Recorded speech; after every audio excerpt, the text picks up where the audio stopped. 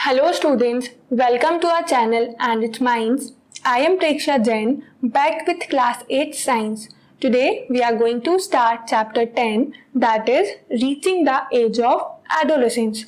So first question comes here is what is adolescence? So adolescence क्या है ना, जो physiological development होता है childhood एंड एडल्टहुड के बीच में, दैट जो ट्रांजिशनल स्टेज है वो क्या है, एडोलेसेंस है. इस वर्ड के बारे में एंड ये क्या कौन सा स्टेज है इसको हम और डिटेल में पढ़ते हैं चैप्टर में.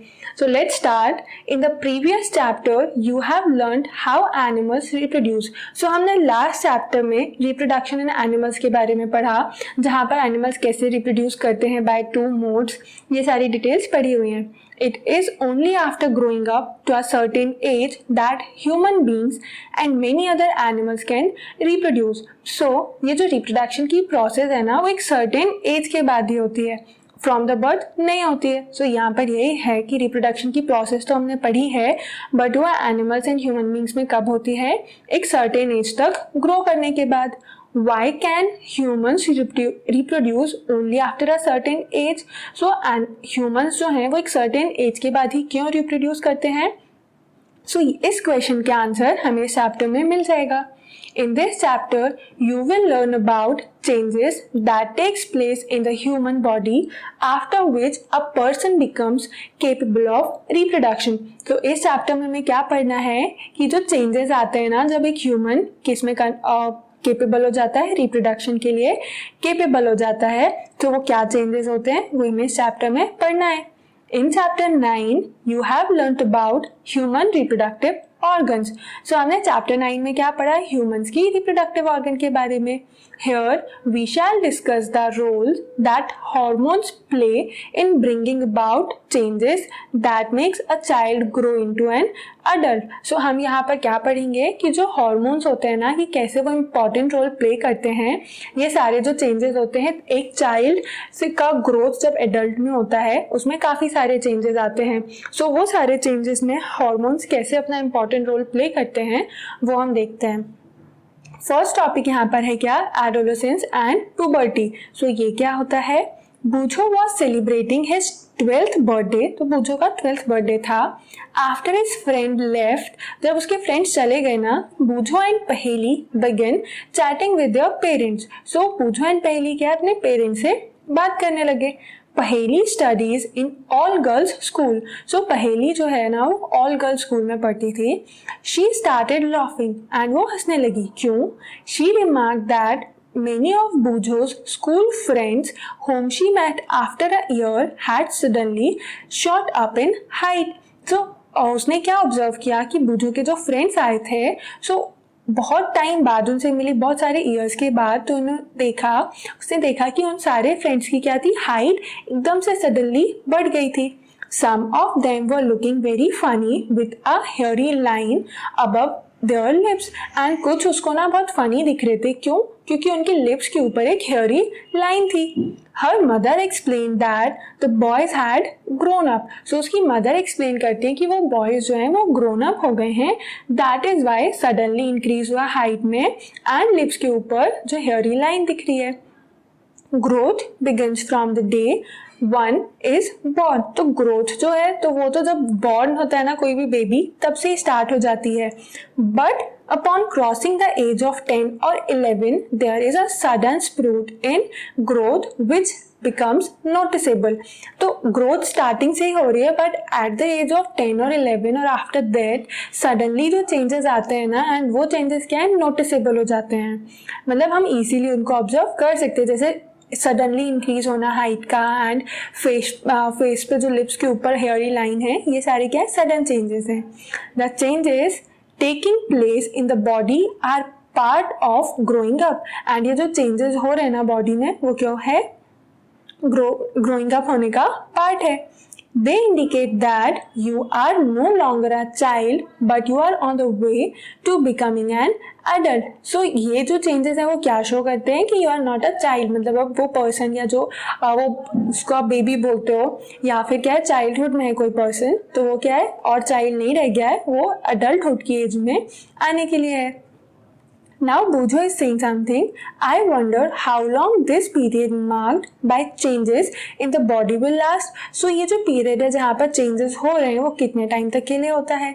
So Paheli is saying it is a strange period of life when you are neither a child nor an adult. So Paheli क्या बोल रही है कि ये तो कितना strange period है कि ना यहाँ पर आप child हो ना ही adult हो, transitional state है ये तो. In wonder, I wonder whether this period between childhood and adulthood had a special name. So वो सोच रही है कि ये childhood and adulthood के बीच में जो period है उसका कुछ special name है क्या? So yes, उसका name क्या है? Teenagers बोलते हैं ना इस एज में. तो growing up is a natural process. अब ये तो आपने पढ़ा ही है कि लिविंग ऑर्गेनिज्म का कैरेक्टरिस्टिक होता है ग्रोइंग अप होना. तो ग्रोइंग अप क्या है? नेचुरल प्रोसेस है. The period of life when the body undergoes changes leading to reproductive maturity is called adolescence. So ये जो period है ना कि grown up हो रहा है जब एक child किसमें maturity आ रही है and reproductive maturity भी आ रही है side by side, तो इसी को क्या बोलते हैं? Adolescence. Adolescence begins around the age of 11 and lasts up to 18 or 19 years of age. So ये जो period है वो कब से start होता है? जब कोई चाइल्ड 11 ईयर्स का है एंड कब तक होता है? 18 और 19 ईयर्स ऑफ एज तक. Since this period covers the teens, that is 13, 14, 15 और 19, 18, that is why it is called as teenagers. Adolescents are also called as teenagers. तो इसीलिए इनको जो ये जो पीरियड है वो टीन्स में कवर होता है, दैट इज व्हाई इस पीरियड को क्या बोलते हैं? Teenagers. In girls, adolescence may begin a year or two earlier than in boys. So teenagers जो girls होते हैं ना उसमें जो adolescence period है वो boys के comparison में earlier आता है 1 or 2 year. Also the period of adolescence varies from person to person and even ये जो age है ट्रांजिशनल स्टेट है वो भी क्या है? पर्सन टू पर्सन वेरी करता है. किसी पर्सन में बहुत जल्दी आ जाता है लाइक इन 10 ईयर्स ही आ गया एंड किसी में 12-13 ईयर्स तक भी नहीं आते हैं ये चेंजेस. सो ये भी क्या है? पर्सन टू पर्सन वेरी करता है. The human body undergoes several changes during adolescence and ये जो पीरियड होता है ना इसमें ह्यूमन बॉडी में काफ़ी सारे चेंजेस आते हैं.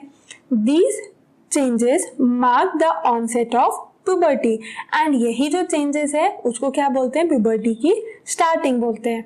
The most important change which marks the puberty is that boys and girls become capable of reproduction and puberty का onset कब माना जाता है? ये स्पेशल एक बोल सकते हैं लैंडमार्क है जहाँ पर जो बॉयज़ एंड गर्ल्स हैं वो केपेबल हो जाते हैं किसके लिए? रिप्रोडक्शन के लिए. Puberty ends when an adolescent reaches reproductive maturity and puberty कब end होती है? जब adolescent जो है वो reproductive maturity वाली एज पे पहुंच जाते हैं. So उस कंडीशन में puberty जो है वो end हो जाती है. Now Paheli and Bujo are talking something. Paheli and Bujo realize that sudden increase in height and hairy line above the lips in boys were signs of adolescence. तो ये क्या है जो changes है वो adolescence के signs हैं. They wanted to know more about other changes at puberty. So उनको अब क्या curiosity है कि और क्या changes होते हैं उनको वो भी जानना है. तो अब यहाँ पर आता है next topic changes at puberty. क्या चेंजेस आते हैं? So first one is increase in height. Height जो है वो इंक्रीज होती है. The most conspicuous change during puberty is the sudden increase in height. So sudden increase जो हो रहा है ना हाइट में वो एक बहुत इंपॉर्टेंट चेंज है. At this time the long bones that is the bones of arms and the legs elongate and make a person tall. So इस टाइम पे क्या होता है जो लॉन्ग बोन्स होती है ना हैंड्स एंड आर्म्स और लेग्स की, सो वो क्या एलोंगेट होती हैं. दैट मीन्स की इंक्रीज होती है साइज में and that is why person की हाइट इंक्रीज होती है. नाउ एक्टिविटी 10.1 में देखते हैं हाइट से रिलेटेड एक एक्टिविटी है ये. The following chart gives the average rate of growth in height of boys and girls with age. The figures in column 2 and 3 give the percentage of the height a person has reached at the age given in column 1. So यहाँ पर column 1 में क्या दी हुई है? As दी है and girls and boys में height का परसेंटेज इंक्रीज दिया हुआ है. For example, by the age of 11 a boy has reached 81% of his probable full height while a girl has reached 88% of her full height. तो जैसे यहाँ पर 11 years में जो किसी बॉय की फुल हाइट है उसका 81% उसने कवर कर लिया है, एंड सेम एज 11 ईयर्स में गर्ल्स में कितना कवर कर लिया उसने अपनी हाइट का 88%. These figures are only representative and there may be individual variations. So ये क्या है, एक representative है, बट यहाँ पर वेरिएशंस जो हैं वो पर्सन टू पर्सन वेरी करते हैं, हर एक इंडिविजुअल पे वेरी कर सकते हैं. Use the table for your friends and work out how tall they are likely to be. So ये जो एक्सपेरिमेंट है ना, ये जो एक्टिविटी है अपने फ्रेंड्स के लिए भी करो एंड फाइंड आउट करो कि उनकी हाइट जो है वो कितना परसेंट हो गई है. Find out who is likely to be the tallest and who might be the shortest in your class, and कौन 18 ईयर्स पे होने पे सबसे ज़्यादा टॉल होगा एंड किसकी हाइट जो है वो शॉर्टेस्ट रहेगी. सो वो आपको फाइंड आउट करना है. सो ये तो परसेंटेज दिया हुआ है. अब यहाँ पर क्या है ना, एक फॉर्मूला है कि फुल हाइट हम कैसे कैलकुलेट करते हैं. प्रेजेंट हाइट, जो भी आपकी अभी हाइट है ना, मेजर करोगे इन सेंटीमीटर्स में करना है. सो आप फीट्स एंड इंचेस को सेंटीमीटर में कन्वर्ट कर सकते हो. देन अपॉन में क्या आएगा यहाँ पर, percentage of full height at this age. Suppose अगर आप 11 ईयर्स के हो तो 81% आ जाएगा, 12 ईयर्स के हो तो 84% आ जाएगा, एंड मल्टीप्लाई किसे करना है, 100 से. अब यहाँ पर एक एग्जाम्पल दिया हुआ है. A boy is 9 years old and 120 centimeter tall. At the end of the growth period, he is likely to be. So कोई बॉय है, उसकी एज कितनी है, 9 ईयर्स. तो हमने 9 ईयर्स पे देख लिया यहाँ पर कितना परसेंटेज ग्रोथ शो होता है, 75%. एंड प्रेजेंट हाइट कितनी है, 120 centimetre. So 120 upon 75 multiply by 100 and it will come 160 centimeter. That means at the age of 18 the boy will be 160 centimeter tall. So it is clear. Now next is activity 10.2. Use the data given in activity 10.1 to draw a graph. So यहाँ पर जो data दिया हुआ है ना, उसको use करके यहाँ पर क्या करना है, ग्राफ प्लॉट करना है. The age of the x axis as per and percent growth in height on y axis. तो x axis पर क्या है, एज दी हुई है ईयर्स में, एंड y axis पर दिया हुआ है percentage of full height. Highlight the points representing your age on the graph. Find out the percentage of height you have already reached. Calculate the height you might eventually reach. Tally your graph with the one given here. So क्या करना है आपको, यहाँ पर आपकी present height जो है वो भी मेंशन करना है, एंड देन कितना आप 18 ईयर्स पे होने के बाद ग्रो कर जाओगे, कितना परसेंट जो इंक्रीज हो रहा है वो यहाँ पर शो करना है, and then present height and जो फाइनल हाइट रहेगी उसको कंपेयर करना है इसी ग्राफ के फॉर्मेट में. Now next is, initially girls grow faster than boys, but by about 18 years of age both reach their maximum height. So क्या होता है ना कि गर्ल्स जो है वो बॉयज के कंपैरिजन में फास्टर ग्रो करती है. यहाँ पर भी अगर आप देखो तो ये ट्राइंगल्स क्या शो कर रहे हैं, गर्ल्स की हाइट को, एंड जो स्क्वायर बॉक्स है वो बॉयज की हाइट को. तो यहाँ पर आप देखोगे कि जो ट्राइंगल्स हैं वो इस स्क्वायर से ऊपर है. दैट मीन्स कि गर्ल्स की हाइट में ग्रोथ जो है वो ज़्यादा है as comparison to the boys height. But 18 years तक होने के बाद दोनों ही अपनी मैक्सिमम हाइट में होते हैं. तो the rate of growth in height varies in different individual. क्योंकि क्यों होता है ऐसा, बिकॉज हर एक इंडिविजुअल में जो ग्रोथ होती है ना, हाइट में ग्रोथ हो रही है वो वेरी करती है. Some may grow suddenly at puberty and then slow down, while others may grow gradually. So कुछ क्या हो सकते हैं, स्लोली ग्रो कर रहे हैं पुबर्टी की एज के बाद एंड उसके पहले, बट कुछ क्या है सडनली ग्रो कर जाते हैं. तो दैट इज वाई ये जो चेंजेस हैं वो डिपेंड करता है person to person. Now again Paheli has something to say. I am worried though I have become taller, my face looks much smaller compare to my body. So वो ये बोल रही है कि अगर उसकी बॉडी टॉल हो जाती है, क्योंकि आपने यहाँ पर क्या पढ़ा, हाइट कैसे इंक्रीज हो रही है, बिकॉज आर्म्स एंड जो लेग्स हैं उनकी बोन्स की साइज इंक्रीज हो रहा है। तो पहली बोलती है अगर सिर्फ बोन्स इंक्रीज होगी तो फिर बॉडी के कंपैरिजन में फेस तो रहेगा वो छोटा हो जाएगा। अभी उसको समझाते हैं कि there is no need for Paheli to worry, कोई भी चिंता करने की जरूरत नहीं है। क्यों? All parts of the body do not grow at the same rate. Body के जो सारे पार्ट्स है ना वो सेम रेट पे ग्रो नहीं करते हैं। Sometimes the arms and legs or hands and feet of adolescents look oversized and out of proportion with the body. So कई बार ऐसा भी देखा होगा ना कि बॉडी के कंपैरिजन में अगर हैंड्स और लेग्स को देखें किसी एडोलेसेंट्स के तो वो क्या दिखते हैं, ओवरसाइज दिखते हैं, मतलब कि प्रोपोर्शन में नहीं होते। But soon the other part catch up and result in proportionate body. But कुछ टाइम बाद ही के जो दूसरे पार्ट्स हैं वो एक प्रोपोर्शनेट साइज में ग्रो हो जाते हैं। You must have noticed that height of an individual is more or less similar to that of some family member. So ये भी हमने ऑब्जर्व किया होगा ना कि हाइट जो है वो घर में किसी ना किसी फैमिली मेंबर से तो मैच करती है, मदर, फादर, ब्रदर, सिस्टर और even grand father, grand mother. तो जो हाइट है वो फैमिली मेंबर से सिमिलर कई बार होती है। This is because height depends on the genes inherited from parents. तो ऐसा क्यों हो रहा है? बिकॉज हाइट जो है ना वो किस पे डिपेंड करती है, जो जीन्स ट्रांसफर होते हैं उस पे डिपेंड कर रही है। तो अब जब पेरेंट्स से जो जीन्स आ रहे हैं वो किस में है, ऑफस्प्रिंग में अगर आएंगे तो उसके कुछ कैरेक्टरिस्टिक्स भी आएंगे। इसी को हमने हेरिडिटी कैरेक्टर्स बोला हुआ है। दैट इज वाई हाइट जो है वो कई बार मैच करती है। It is however very important to eat the right kind of food during these growing years. इसलिए जो अभी ग्रोइंग ईयर्स में हो ना आप, तो right kind of food, that means कि जो हेल्दी फूड है उसको हमें अपनी डाइट में इंक्लूड करना चाहिए।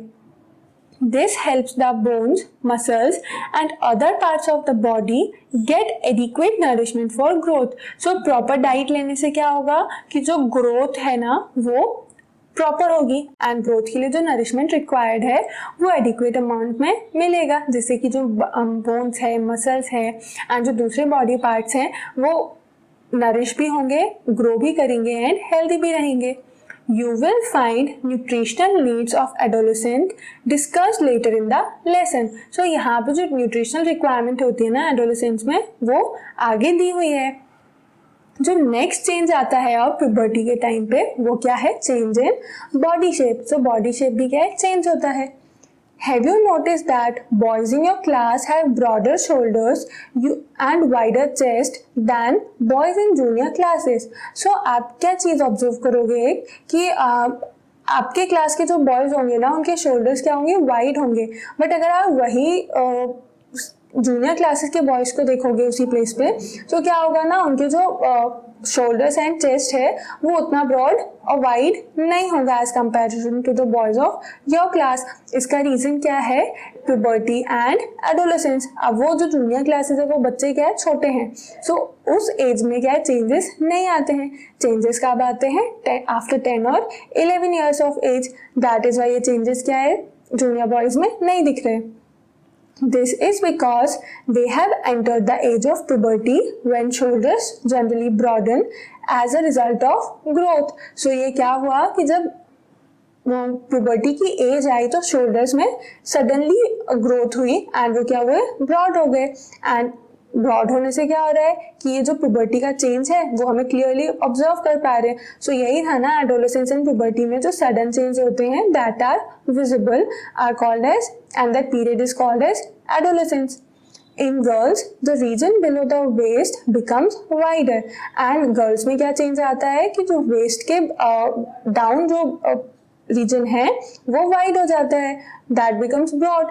In boys, the muscles of the body grows more prominently than in the girls and जो boys में muscles है ना वो ज़्यादा ग्रोन हो जाती हैं अगर कंपैरिजन करें गर्ल्स से। तो बॉयज़ की जो मसल्स हैं वो ज़्यादा स्ट्रॉन्ग एंड प्रोमिनेंट होती हैं। Thus, changes occurring in adolescent boys and girls are different. So जो boys and girls में changes आते हैं ना वो क्या रहते हैं, different होते हैं। Now next change is voice box. Voice change, तो voice जो है वो भी change होती है। So did you notice that sometime the voice of some of the boy in your class cracks? So कई बार आपने ऑब्जर्व किया होगा कि आपके क्लास के जब बॉयज बोलते होंगे तो वॉइस जो है क्रैक्स आते हैं. At puberty, the voice box or the larynx begins to grow. So क्यों होता है ऐसा? क्योंकि puberty का जो टाइम है उस टाइम पे जो voice box है या फिर larynx वो क्या करने लगते हैं? grow करने लगते हैं. Boys develop larger voice boxes and boys में क्या आता है? जो voice box है वो larger हो जाता है. The growing voice box in boys can be seen as a protruding part of the throat called Adam's apple. So ये जो protruding part है वो क्या बोलते हैं उसको? Adam's apple, and जो throat से protruding होता हुआ दिखता है. In girls, the larynx is hardly visible from the outside because of its small size. But girls में क्या है? Adam's apple या throat जो है, larynx जो है वो नहीं दिखता है क्योंकि small size होता है उनमें. Generally, girls have a high-pitched voice, whereas boys have a deep voice. So girls की voice क्या है? High pitch है. But boys की जो voice होती है ना वो क्या है? Deep voice होती है. In adolescent boys, sometimes the muscles of the growing voice box go out of control and the voice become hoarse. तो क्या होती है ना कि कई बार एडोलेसेंट बॉयज में जो ग्रोइंग मसल्स हो रही है उस वजह से वॉइस बॉक्स का जो साइज है ना वो भी काफ़ी ग्रो हो जाता है एंड ग्रोथ जो है वो आउट ऑफ कंट्रोल रहती है, मतलब एक्सेसिव लार्ज हो जाता है. उस कंडीशन में क्या होता है? वॉइस जो है वो रफ हो जाती है या हॉर्स हो जाती है. This stable state may remain for a few days or week after which the voice becomes normal. But ये स्टेज क्या है? सिर्फ कुछ टाइम के लिए रहती है एंड उस टाइम उसके बाद क्या हो जाता है? जो वॉइस है वो नॉर्मल हो जाती है. So in figure 10.2 we can see the Adam's apple that is growing from throat in boys. Now next changes increased activity of sweat and sebaceous glands. तो ये sweat and sebaceous glands क्या है? हमारी body में present होते हैं. इसकी activity भी इंक्रीज हो जाती है. कैसे? During puberty, the secretion of sweat glands and sebaceous glands और oily glands increases. So puberty के टाइम पे क्या होता है? जो secretion हो रहा है sweat gland से जहाँ से sweat आता है and sebaceous gland से जहाँ से oil रिलीज होता है वो क्या है? इंक्रीज हो जाती है. Many young people get acne and pimples on the face at this time because of the increased activity of these glands in the skin. So skin में ये जो glands हैं उनका क्या है? एक्टिविटी इंक्रीज हो जाती है. That is why इस एज में जनरली क्या है? पिंपल्स होते हैं फेस पे. क्लियर है ये चेंज भी कि स्वेट एंड सेबेशियस ग्लैंड की वजह से जो स्किन है वो ऑयली होती है एंड दैट इज वाई जो पिंपल्स हैं वो ग्रो करने लगते हैं फेस पे. देन नेक्स्ट चेंज जो आता है वो क्या है? Development of sex organ. Look up figure 9.1 and 9.3 of previous lesson. So हमने लास्ट चैप्टर में जो लास्ट लेसन है उसमें 9.1 एंड 9.3 फिगर में क्या देखा? Which shows sex organ of humans, that is male reproductive organs and female reproductive organs. तो last lesson में हमको गिवन थे फिगर्स उसके. At puberty, male sex organ like the testes and penis develop completely. So puberty के time पे क्या होता है? जो male reproductive organs हैं and specially sex organ जो हैं वो grow कर जाते हैं and क्या होता है? टेस्टिस जो हैं वो स्पर्म प्रोड्यूस करती हैं. तो ये तो आपने लास्ट चैप्टर में भी पढ़ा था कि testis are produced in. So answer क्या था? Not testis are produced in, sperms are produced in testis. So ये कब होता है? आफ्टर प्यूबर्टी और during puberty. In girls the ovaries enlarge and eggs begin to mature. And girls में क्या होता है? ओवरीज एनलार्ज हो जाती हैं एंड एग्स भी क्या है? मैच्योर होने लगते हैं. Also, ovaries start releasing mature egg. and जो ovaries है अगर mature हो जाती है, enlarge हो जाती है तो वो क्या है? mature egg release करने लगती है. क्लियर है? ये चेंज क्लियर हुआ. अब नेक्स्ट चेंज है reaching mental, intellectual and emotional maturity. अब जो mental, intellectual and emotional maturity होती है वो क्या है? Adolescence is a part of change in a person's way of thinking. तो adolescence क्या है, इस टाइम पे ना किसी भी पर्सन की वे ऑफ थिंकिंग भी चेंज हो जाती है. Adolescents are more independent than before and are also self conscious. तो जो adolescents होते हैं वो ज़्यादा इंडिपेंडेंट हैं, पहले से ज़्यादा इंडिपेंडेंट हो जाते हैं एंड सेल्फ कॉन्शियस भी होते हैं. दैट मीन्स कि अपने काम खुद से कर लेते हैं एंड थोड़ा सा कई बार कॉन्फिडेंस बिल्डअप हो जाता है एंड कई बार लूज भी होता है, बट जो सेल्फ कॉन्शियसनेस है वो आ जाती है. Intellectual development takes place and they tend to spend considerable time thinking. So intellectual development होने लगती है and हम अगर कोई person intellectual है उस एज में फिर तो वो क्या है अपना बहुत सारा टाइम thinking में, that means कि सोचने में ही निकाल देते हैं. In fact, it is often the time in one's life when the brain has the greatest capacity for learning. And ये वो टाइम होता है जब ब्रेन के पास लर्निंग के लिए सबसे ज़्यादा कैपेसिटी होती है. एंड इसीलिए इस एज में क्या बोला जाता है कि अपने स्टडीज़ पे ध्यान दो for the better career. Sometimes, however, an adolescent may feel insecure while trying to adjust to the changes in the body and mind. So कई बार क्या होता है, कॉन्फिडेंस लूज कब होने लगता है जब हम ये जो चेंज है ना चाइल्डहुड टू अडल्टहुड वो इजीली अडाप्ट नहीं कर पाते हैं. सो उस कंडीशन में क्या है, इनसिक्योरिटी आ जाती है, नर्वसनेस आती है. But as adolescent learners, you should know that there is no reason to feel insecure. But आप ग्रो अप हो गए हो तो इतना तो पता होना चाहिए कि इनसिक्योरिटी जैसा यहाँ पर कोई रीज़न नहीं होना चाहिए. These changes are natural part of growing up. क्यों नहीं होना चाहिए, क्योंकि ये जो चेंजेस हैं वो नेचुरल प्रोसेस है, एक आर्टिफिशियल प्रोसेस तो नहीं है जिससे इनसिक्योर हो जाए, या ये आपके कंट्रोल में भी नहीं है. तो ये इसीलिए क्या होता है कि इससे इनसिक्योर होने का कोई भी ज़रूरत नहीं होना चाहिए. So next topic is secondary sexual characters. So अभी हमने क्या देख लिया कि प्यूबर्टी के टाइम पे क्या क्या चेंजेस आते हैं, एंड ये जो चेंजेस है ना सेकेंडरी सेक्सुअल कैरेक्टर्स ये भी कब आते हैं, प्यूबर्टी के ही टाइम पे. एंड ये ऐसे फिजिकल फीचर्स हैं जो मेल एंड फीमेल को फिजिकली डिफ्रेंशिएट करते हैं. मतलब अगर हम देखें तो देख के ऑब्जर्व कर सकते हैं या आइडेंटिफाई कर सकते हैं कि कौन मेल है एंड कौन फीमेल है. एंड ये क्या कैरेक्टरिस्टिक्स हैं, जनरली जो फीमेल का ब्रेस्ट इंक्रीज होता है एंड मेल्स में बियर्ड्स आते हैं एंड फेस पे जो फेशियल हेयर्स होते हैं, ये सारे कैरेक्टर्स हैं. So you have learned in chapter 9 that testes and ovaries are reproductive organs. So हमने chapter 9 में पढ़ा कि testes and ovaries क्या है, reproductive organs हैं. Testes in male and ovaries in female. They produce the gametes, that is sperms and ova.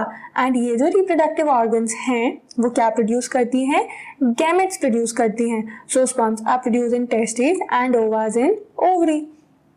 In girls, breast begins to develop at puberty. So girls में क्या change आता है ना, puberty के time पे breast increase हो जाता है, grow up हो जाता है.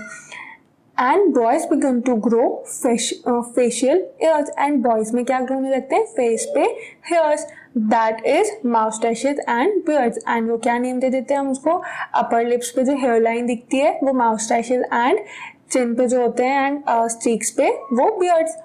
As these features help to distinguish the male from the female, they are called secondary sexual characters. And ये क्यों यूज होते हैं, मेल एंड फीमेल को डिस्टिंग्विश करने के लिए, that is why इन्हें secondary sexual characters भी बोलते हैं.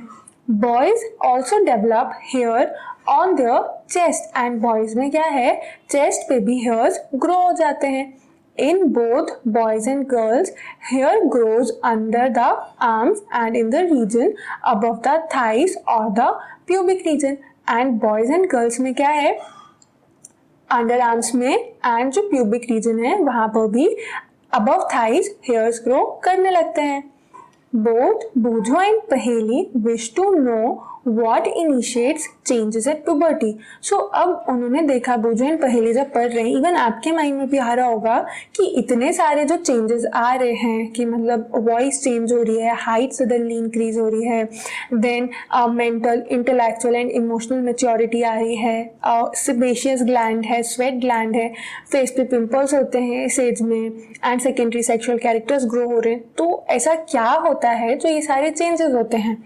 सो यहाँ पर आंसर है the changes which occur at adolescence are controlled by hormones.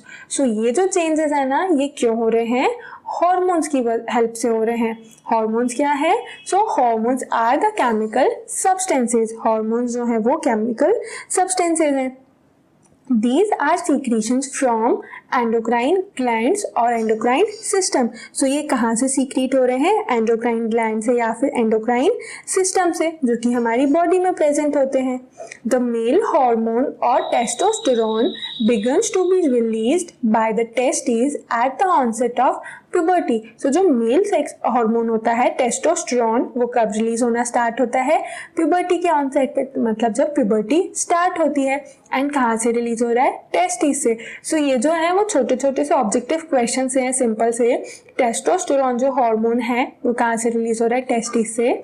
This causes changes in boys about which you have just learnt। So इसी हार्मोन की वजह से जो बॉयज में चेंजेस आ रहे हैं ना, जैसे कि क्या चेंजेस हैं, ग्रोथ ऑफ फेशियल हेयर। सो ये सारे जो चेंजेस हैं वो किसकी हेल्प से हो रहे हैं, कौन रिस्पॉन्सिबल है, तो so the testosterone hormone.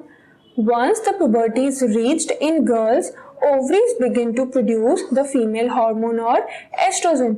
So puberty की एज आते टाइम क्या होता है, गर्ल्स में कौन सा हार्मोन एंड फीमेल्स में कौन सा हार्मोन रिलीज होता है, estrogen, which makes the breast develop। And उसकी वजह से ही क्या है, ब्रेस्ट जो है वो डेवलप होते हैं।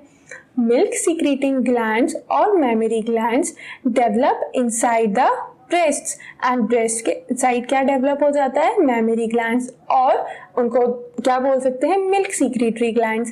एंड ये जो मेमोरी ग्लैंड्स हैं ये मैमल्स का, जैसे कि cow, goat and human beings जो फीमेल होती हैं उनका एक स्पेशल कैरेक्टरिस्टिक है। The production of these hormones is under the control of another hormone secreted from an endocrine gland called pituitary gland। So ये जो प्रोडक्शन हो रहा है ना, ये एस्ट्रोजन एंड टेस्टोस्टेरोन का, ये किससे रिलेटेड है, कौन कंट्रोल करता है इसको, पिट्यूटरी ग्लैंड कंट्रोल करती है। एंड पिट्यूटरी ग्लैंड को ही क्या बोलते हैं, मास्टर ग्लैंड बोलते हैं, बिकॉज ये टेस्टोस्टेरोन और एस्ट्रोजन को तो कंट्रोल कर ही रहा है इनका सीक्रेशन, बट और भी जो दूसरे हॉर्मोन्स हैं उनको भी कंट्रोल में रखता है कौन, pituitary gland. That is why it is called as master gland. So next topic is roles of hormones in initiating reproductive function.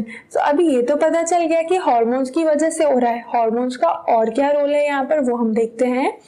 Endocrine glands release hormones into the bloodstream to reach a particular body part called target site। तो जो endocrine glands होते हैं ना वो hormones release करते हैं, and hormones को कहाँ रिलीज करते हैं, ब्लड स्ट्रीम में। एंड ब्लड स्ट्रीम में रिलीज करने से क्या होता है, वो ब्लड तो पूरी बॉडी में सर्कुलेट हो रहा है तो वो टारगेट साइट तक पहुंच जाता है। The target site responds to the hormone। And जो टारगेट साइट है वो क्या करती है, फिर उस हार्मोन के अगेंस्ट एक्शन शो करती है, रिस्पॉन्ड करती है उसके लिए। There are many endocrine glands और ductless glands in the body।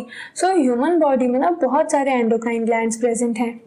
The testes and ovaries secrete sex hormones। And ये जो टेस्टोस्टेरोन एंड एस्ट्रोजन है ना वो कहाँ से आ रहा है, टेस्टिस एंड ओवरीज से।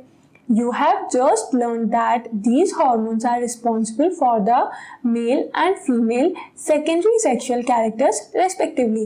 So ये जो दोनों hormones हैं वो किस में changes लेकर आ रहे हैं, मेल एंड फीमेल के secondary sexual characters में। Further, the sex hormones are under the control of hormones from the pituitary gland and in return ये जो sex hormone है उन्हें कौन control करता है, pituitary gland control करती है। The pituitary secretes many hormones। So pituitary gland जो है ना वो बहुत सारे hormones secrete करती है, one of which makes ova mature in the ovaries and sperm form in the testes। and इनमें से ही hormones क्या करते हैं, ओवा मेच्योर करते हैं, दैट इज जो फीमेल एग है वो मेच्योर हो जाता है इन ओवरीज, एंड जो स्पर्म्स हैं वो टेस्टिस में फॉर्म होने लगते हैं। यहाँ पर एक फ्लो चार्ट दिया हुआ है कि जो ऑनसेट ऑफ प्यूबर्टी है वो हार्मोन्स कैसे कंट्रोल करते हैं। जैसे कि यहाँ पर हार्मोन्स जो है पिट्यूटरी से वो स्टिमुलेट होते हैं एंड टेस्टिस एंड ओवरीज से जो टेस्टोस्टेरोन एंड एस्ट्रोजन रिलीज हो रहा है वो हो पाता है बिकॉज जो पिट्यूटरी ग्लैंड है वो एक्टिवेट और स्टिमुलेट कर देती है। एंड देन जब ये हार्मोन्स रिलीज हुए तो वो कहाँ पर रिलीज हुए, ब्लड स्ट्रीम में, एंड फिर कहाँ पहुँच जाते हैं, टारगेट साइट पे। टारगेट साइट के बाद पहुंचने में से क्या होता है, जो बॉडी में चेंजेस होते हैं वो आना स्टार्ट हो जाते हैं and that is the onset of puberty. तो यहाँ पर क्लियर हुआ कि हार्मोन्स का क्या रोल है। जो पिट्यूटरी से हार्मोन्स आते हैं वो कंट्रोल करते हैं क्या, किसको, जो टेस्टिस एंड ओवरीज से हार्मोन आ रहे हैं, एंड इन रिटर्न ये हार्मोन्स क्या करते हैं, मेल एंड फीमेल के कैरेक्टर्स जो हैं उसको मेंटेन करते हैं, उनको डेवलप करते हैं। नेक्स्ट टॉपिक अब यहाँ पर है क्या, reproductive phase of life in humans. तो ह्यूमंस में जो रिप्रोडक्टिव फेज है वो क्या है, adolescent become capable of reproduction when their testes and ovaries begin to produce gametes. So adolescents जो हैं वो reproduction उनमें कब capable हो जाता है, जब ovaries and testes से gametes produce होने लगते हैं। क्योंकि reproduction process के लिए क्या required है, gametes, male and female gametes. The capacity for maturation and production of gametes last for a much longer time in males than in females. तो ये जो मैचुरेशन में प्रोडक्शन होता है ना गैमेट्स का, वो मेल्स में कंपैरेटिवली ज़्यादा टाइम के लिए होता है as comparison to the females. In females, the reproductive phase of life begins at puberty, that is 10 to 12 years of age. So females में reproductive phase कब start होता है, जब girls 10 और 12 years की होती हैं, and generally lasts till the age of approximately 45 to 50 years. And कब तक होता है ये, जब वो एज का कितनी नहीं हो जाती फीमेल की, 45 to 50 ईयर नहीं हो जाती। The ovum become to mature with the onset of puberty. And ova जो है ना वो क्या होता है, ग्रो करने लगता है, मैच्योर होने लगता है जब प्यूबर्टी आती है। तो one ovum matures and is released by one of the ovaries once in about 28 to 30 days. and वो जो one ovum है वो mature होके किसी भी एक ovary, जो both side present है ना, उनमें से एक ovary से हर 28 और 30 days के टाइम पे रिलीज होता है। During this period, the wall of the uterus become thick so the wall of uterus become thick so as to receive the egg. and जो ओवरी से एग रिलीज होता है ना, उसको रिसीव करने के लिए यूटेरस की वॉल्स पे क्या है, एक थिक कवरिंग हो जाती है, किसकी, ब्लड की। क्यों हो जाती है, कि एग को वहां पर रिसीव करना है in case it is fertilized and begin to develop. So क्यों वहाँ पर डिपोजिशन हो रहा है, कि इनकेस अगर एग जो है वो फर्टिलाइज हो गया तो फर्टिलाइज एग को डेवलपमेंट के लिए प्रॉपर स्पेस एंड प्रोटेक्शन चाहिए, इसलिए ये जो ब्लड की वॉल है उसकी थिक लेयर बनने लगती है। And this results in pregnancy. And इससे क्या होता है, कोई भी फीमेल जो है वो प्रेग्नेंट हो जाती है, क्योंकि रिप्रोडक्शन कैसे होता है, जब मेल एंड फीमेल गैमेट में फर्टिलाइजेशन की प्रोसेस होती है वैसे ही। तो यहाँ पर भी अगर फर्टिलाइजेशन हो गया तो ये जो एग है ये किसके कांटेक्ट में आएगा, फेलोपियन ट्यूब में स्पर्म के कांटेक्ट में, एंड दोनों फ्यूज होकर जायगोट का फॉर्मेशन करेंगे। एंड देन वो जायगोट कहाँ पर आ जाएगा, यूटेरस में, जहां पर वो किससे सराउंडेड हो जाएगा, thick wall of blood, and उसको उससे प्रोटेक्शन एंड न्यूट्रिशन मिलेगा ग्रो करने के लिए। If the fertilisation does not occur, अभी यहाँ पर फर्टिलाइजेशन हो गया तो क्या है, प्रेगनेंसी है, बट इन केस अगर फर्टिलाइजेशन नहीं हुआ, मेल एंड फीमेल गैमेट का फ्यूजन ही नहीं हुआ, the released egg and the thickened lining of the uterus along with its blood vessels are shed off. So जो thickened lining होती है ना यूटेरस की, जिसको क्या वो होती है, ब्लड की होती है, वो ब्रेक हो जाती है एंड शेड ऑफ होती है। This cause bleeding in women which is called menstruation. and वही जो ब्लड की लेयर शेड ऑफ होती है ना, उससे क्या होता है, ब्लीडिंग होती है, and this bleeding is called as menstruation. and ये सिर्फ किस में होती है, women's में। menstruation occurs once in about 28 to 30 days. and इसको कितना frequent है, 28 and 30 days में आता है ये पीरियड जो है। The first menstrual flow begins at puberty and is termed menarche. And जो फर्स्ट टाइम जो पुबर्टी के टाइम पे मेंस्ट्रुअल फ्लो होता है उसको क्या बोलते हैं? मेनार्क बोलते हैं. At 45 to 50 years of age, the menstrual cycle stops. And 45 to 50 years जब एज होती है ना तब ये साइकिल रुक जाती है. Stoppage of menstruation is termed menopause. And इसको क्या बोल देते हैं? मेनोपॉज बोलते हैं. दैट मीन्स कि यहाँ पर क्या हो रहा है? स्टॉप हो रहा है. यहाँ आर्क मतलब कि स्टार्टिंग है एंड यहाँ पर पॉज मतलब एंड है. Initially, menstrual cycles may be irregular. So पहले क्या हो सकता है कि earlier age में जब puberty के टाइम ये menstrual cycles irregular भी होती हैं, but it takes some time to become regular. But after कुछ टाइम क्या है? regular हो जाती हैं. Menstrual cycle is controlled by hormones. अब menstrual cycle को भी कौन कंट्रोल कर रहा है? Hormones कंट्रोल करते हैं. The cycle includes the maturation of the egg, its release, thickening of uterine wall and its breakdown if pregnancy does not occur. So menstrual cycle को कंट्रोल कौन कर रहा है? हॉर्मोन्स कंट्रोल कर रहे हैं. अब ये जो साइकिल है उसमें क्या क्या होता है? एग मैच्योर हो रहा है एंड वो रिलीज कहाँ हो जाता है? यूटेरस में. इन केस अगर फर्टिलाइज्ड एग है तो क्या कंडीशन होगी? Pregnancy.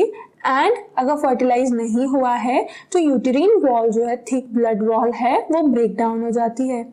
In case the egg is fertilized, it begins to divide and then gets embedded in the uterus for further development, as you have learned in class 9th. So क्या होता है ना कि अगर egg जो है वो fertilize हो गया, that means कि वो divide होने लगेगा and zygote divide होके क्या बनाएगा? embryo बनाएगा. embryo से किसका formation होगा? fetus का formation होगा.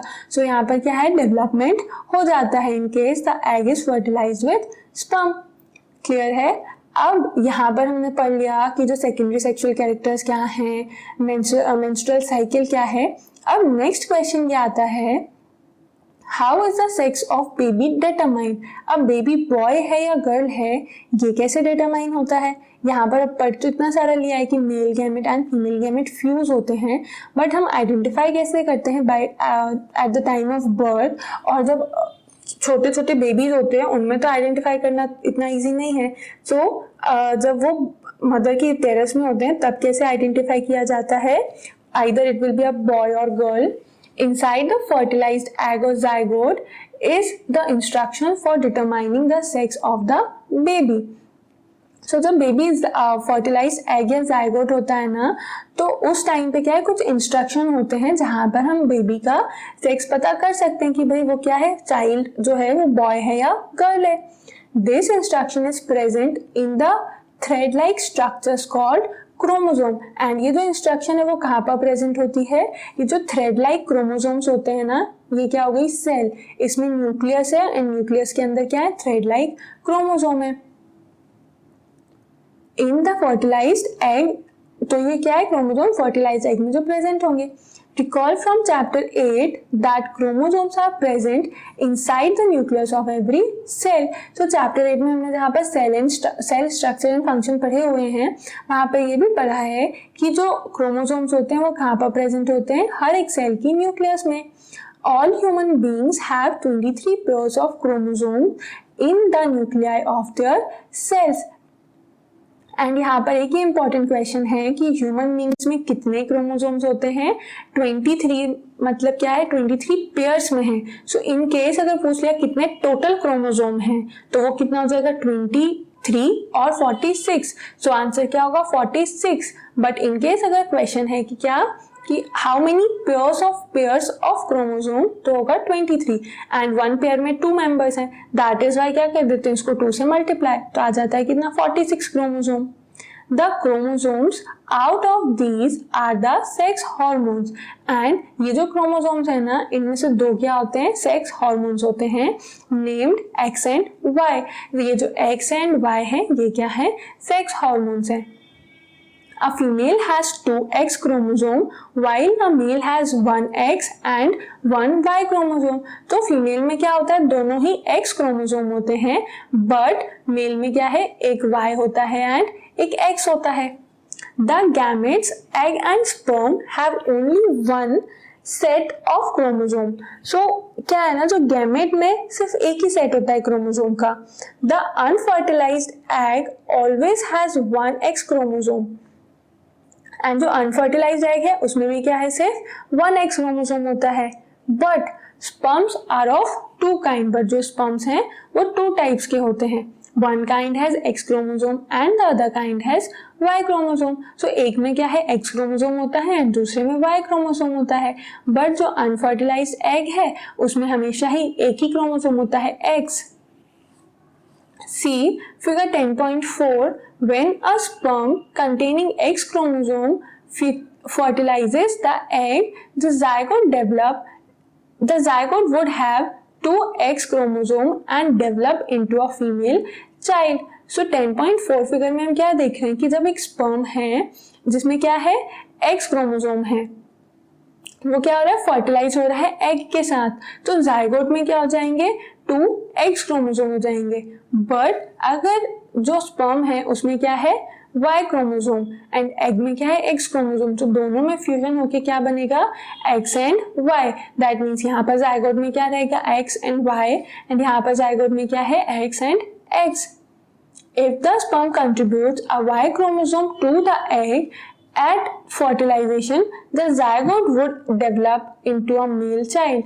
And क्या होगा, अगर sperm क्या contribute कर रहा है, Y chromosome contribute करता है किसके साथ, egg या फिर ovum के साथ, तो उस कंडीशन में क्या होगा, जो zygote है वो एक मेल चाइल्ड में डेवलप होगा। एंड अगर X और X क्रोमोसोम का कॉम्बिनेशन होगा, सो उस कंडीशन में क्या होगा, girl child. Now you know that the sex chromosome of the father determine the sex of an unborn baby. So baby का जो sex है, that means कि gender है, वो कौन determine करता है, जो father के sex chromosome है। Because mother में तो दोनों same है, father में ही different है ना, one X and one Y है, तो कौन decide करता है, baby girl होगा या baby boy, father के chromosome। The belief that the mother is responsible for the sex of her baby is completely wrong, and to blame her for this is totally unjustified. So ये जो mother को blame किया जाता है for the baby girl, तो ये mother पे dependent नहीं है, and it is not mother's fault. ये किस पे dependent है, father पे dependent है, and even किसी पे भी dependent हो, ये जो है blame करना वो क्या है, totally unjustified है। नेक्स्ट टॉपिक क्या जाता है अब, hormones other than sex hormone. तो ये जो सेक्स हार्मोन पढ़े हमने, टेस्टोस्टेरोन एंड एस्ट्रोजन, उसके अलावा भी कुछ हार्मोन्स होते हैं, वो हम देखते हैं इस टॉपिक में। Let us look at figure 10.3 again. So 10.3 figure यहाँ पे दिया हुआ है, वो फिर से देखो। तो हार्मोन्स क्या है, जो पिट्यूटरी से सीक्रेट हो रहे हैं, the hormones secreted by pituitary stimulates testis and ovaries to produce their hormones. So क्या करता है ये, टेस्टिस एंड ओवरीज को स्टिमुलेट करता है, एंड उससे क्या प्रोड्यूस होते हैं, हार्मोन्स प्रोड्यूस होते हैं। You have already learn that the pituitary gland is an endocrine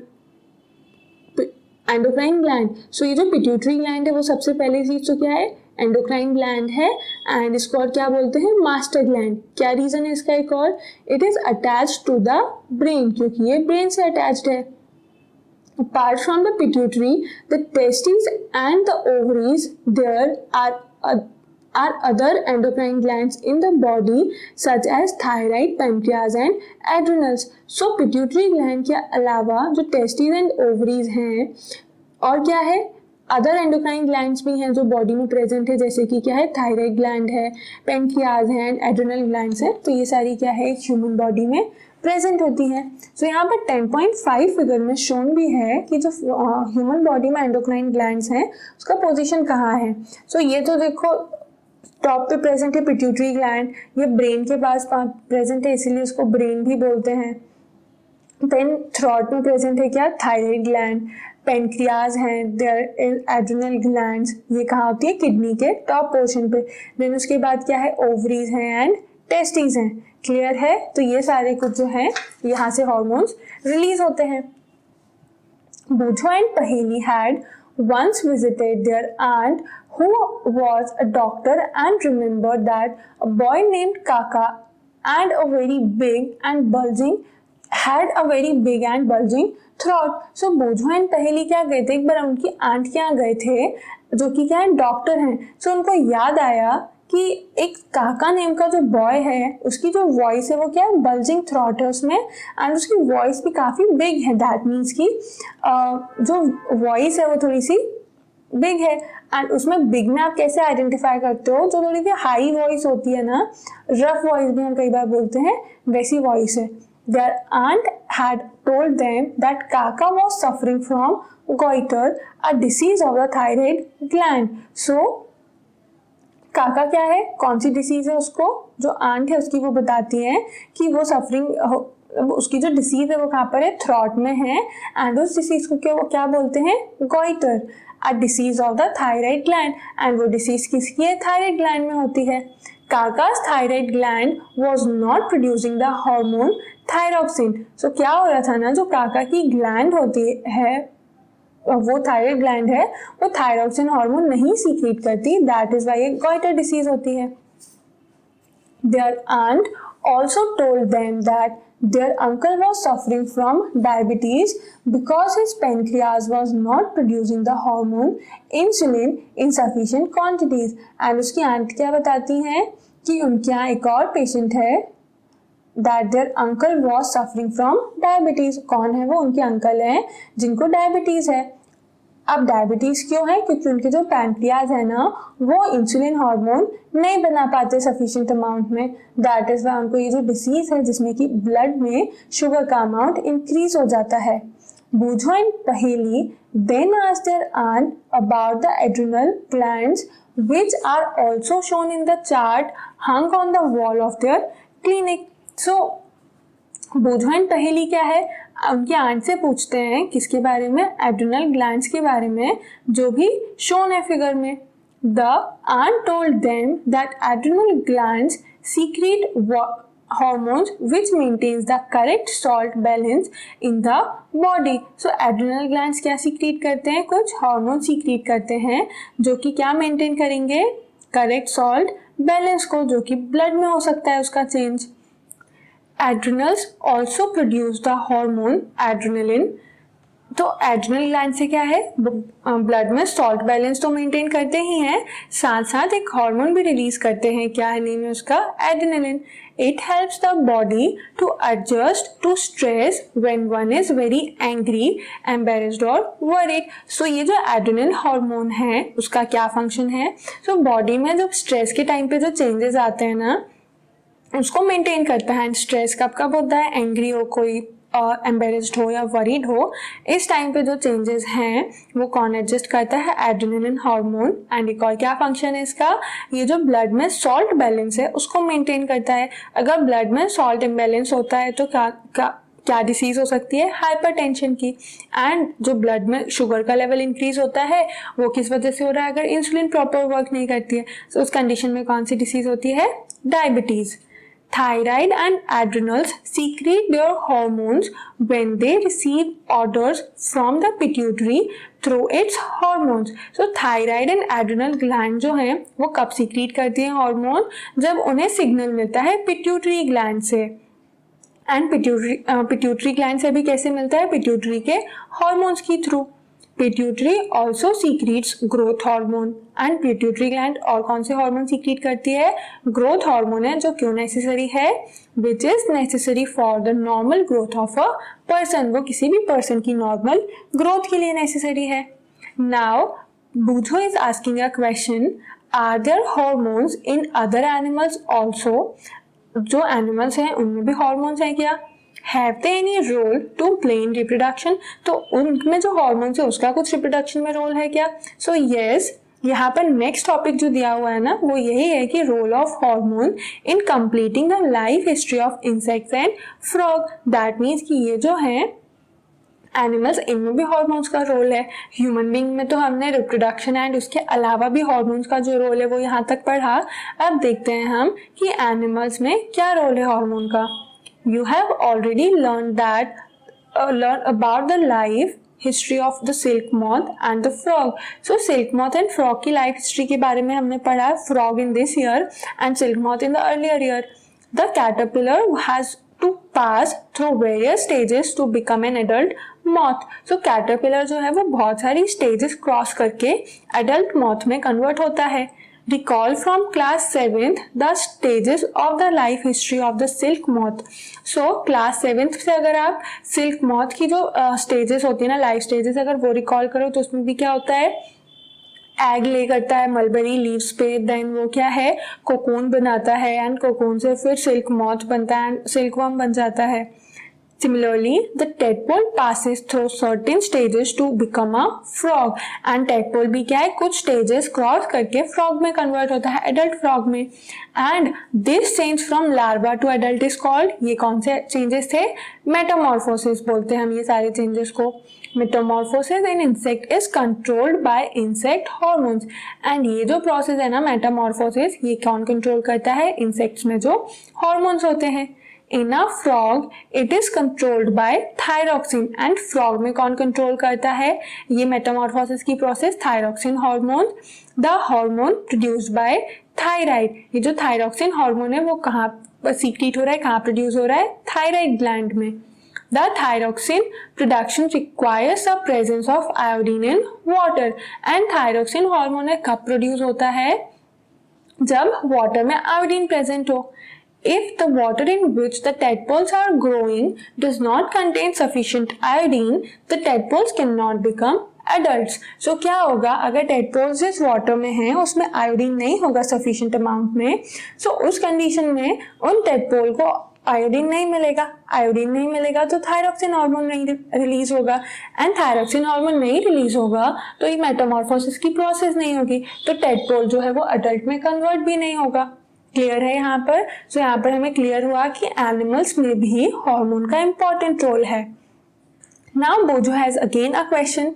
If people do not have enough iodine in their diet, will they get goiter caused by the lack of thyroxine? So ये humans में भी होता है कि अगर उनको sufficient amount में iodine नहीं मिलेगा डाइट में, सो इससे क्या होता है, गॉइटर डिसीज हो जाती है, क्योंकि क्या है, थायरोक्सिन का अमाउंट जो है वो डिक्रीज हो जाता है. सो ये गॉइटर जो डिसीज है वो जनरली थ्रॉट में होती है, जिसमें स्वेलअप हो जाता है थ्रॉट, एंड ये किससे होती है, डेफिशिएंसी ऑफ आयोडीन.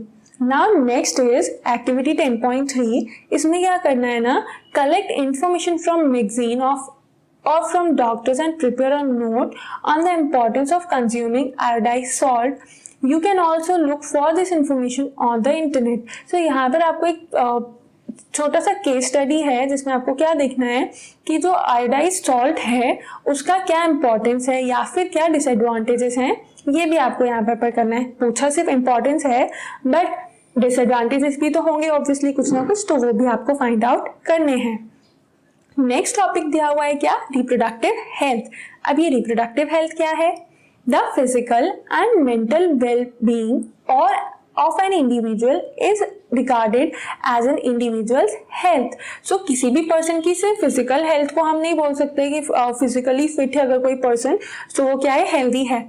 अगर कोई पर्सन हेल्दी है दैट मीन्स कि उसकी physical as well as mental wellbeing है. अगर mental physically and mentally fit है उस कंडीशन में ही क्या बोलेंगे, that person is healthy. To keep the body healthy, every human being at any age needs to have a balanced diet. And अगर body को हेल्दी रखना है तो क्या चाहिए, बैलेंस्ड डाइट होना चाहिए. The person must also observe personal hygiene and undertake adequate physical exercise. So सिर्फ बैलेंस डाइट से काम नहीं बनता है, अगर एक प्रॉपर हेल्दी बॉडी चाहिए है तो उसके लिए क्या होता है, पर्सनल हाइजीन भी इम्पॉर्टेंट है एंड एडिक्वेट फिजिकल एक्सरसाइज भी इम्पॉर्टेंट है for any kind of exercise, yoga, cycling, walking, running, playing, dancing और स्विमिंग. कोई भी एक्सरसाइज हो बट उससे क्या होता है, बॉडी फिट रहती है.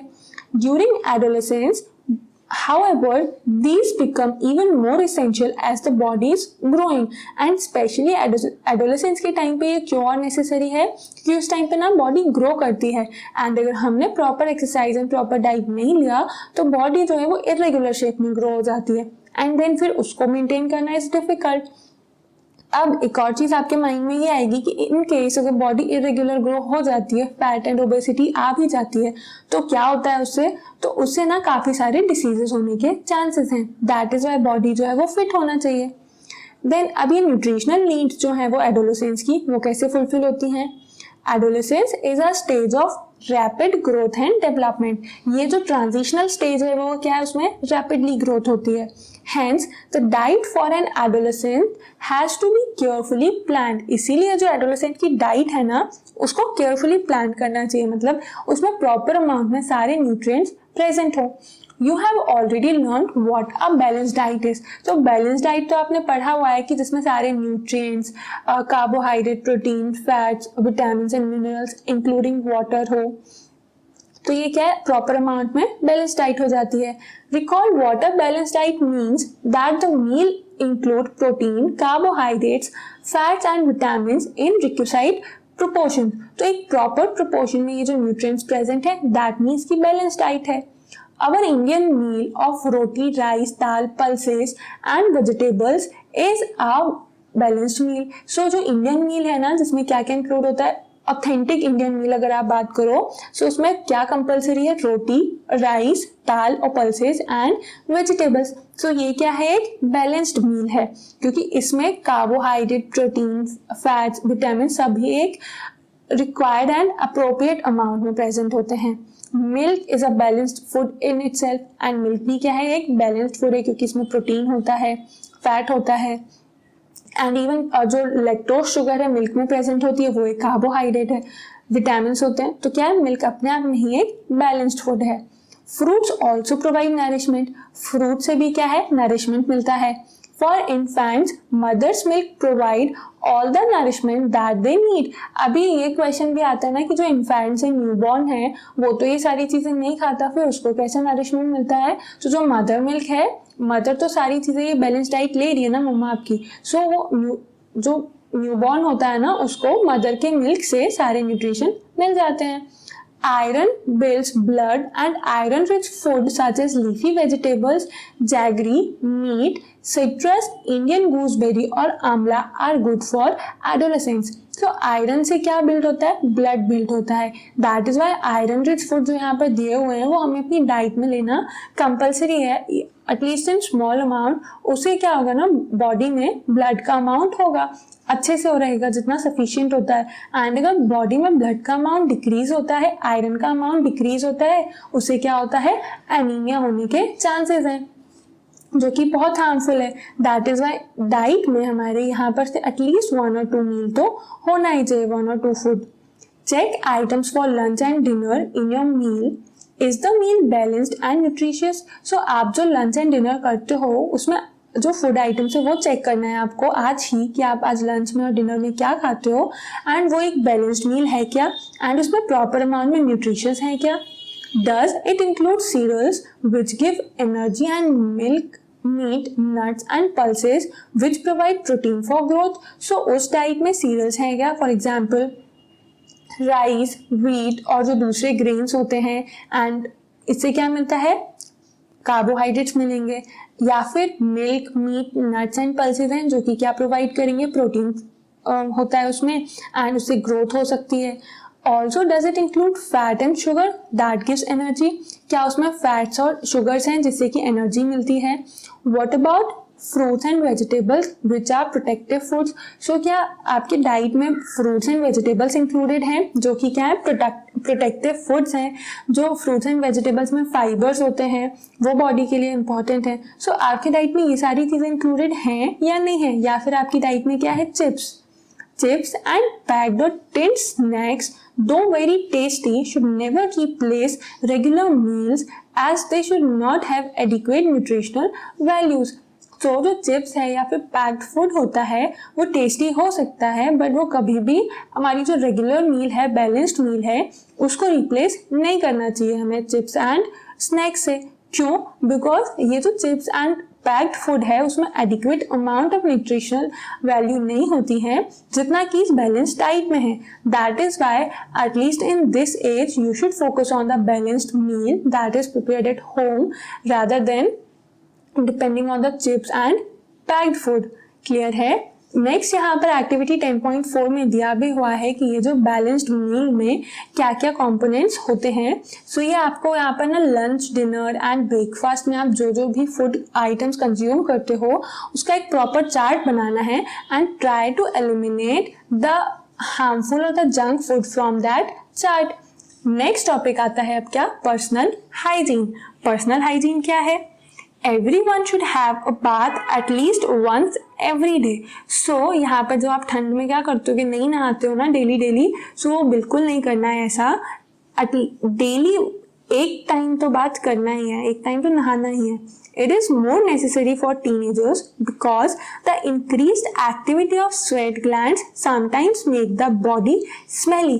तो क्यों नेसेसरी है? क्योंकि ना टीनेजर्स जब आप है ना इस एडोलेसेंट स्टेज में, तो हमने पढ़ा कि sweat gland and sebaceous gland है वो एक्टिव हो जाती है. सो वो ग्लैंड एक्टिव होने की वजह से स्वेट आता है एंड ऑयली स्किन हो जाती है. ऑयल भी सीक्रेट होता है, स्वेट सीक्रेट होता है. सो इससे कई बार क्या है ना बॉडी स्मेली हो जाती है.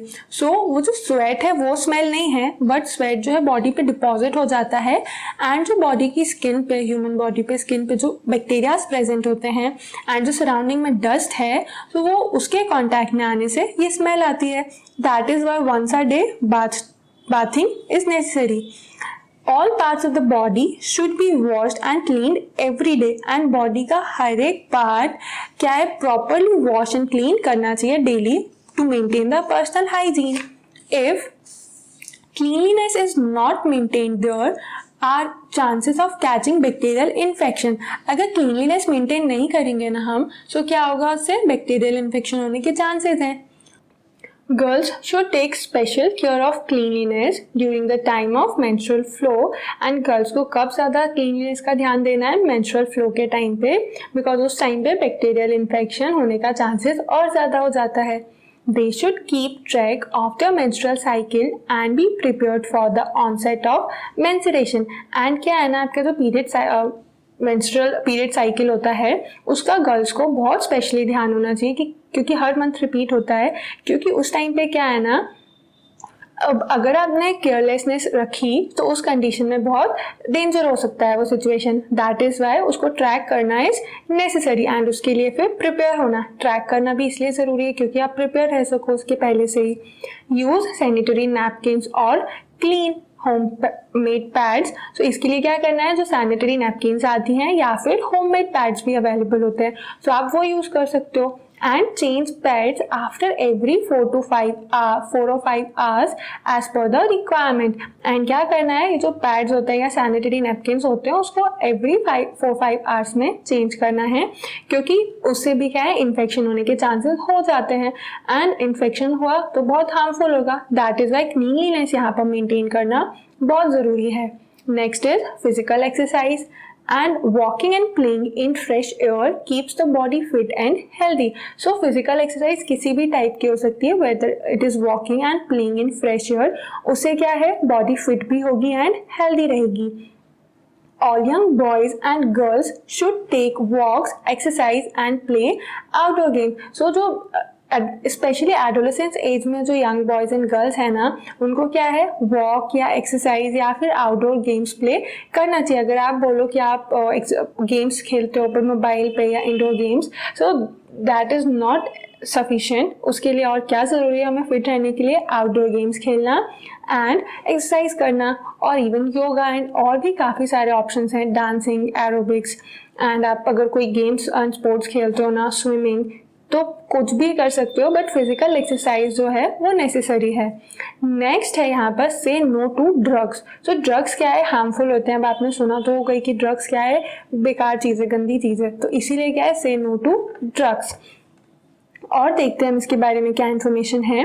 Adolescence is a period of much activity in the body and mind which is normal part of growing up. So जो adolescence period होता है ना, उस टाइम पे बॉडी में काफ़ी सारे चेंजेस आते हैं and especially in mind also. So वो क्या है नेचुरल पार्ट है. So do not feel confused or insecure. उस टाइम पे क्या है इनसिक्योरिटीज नहीं लाना है and confused भी नहीं होना है. If anybody suggests that you will get relief if you take some drugs, just say no. unless prescribed by the doctor.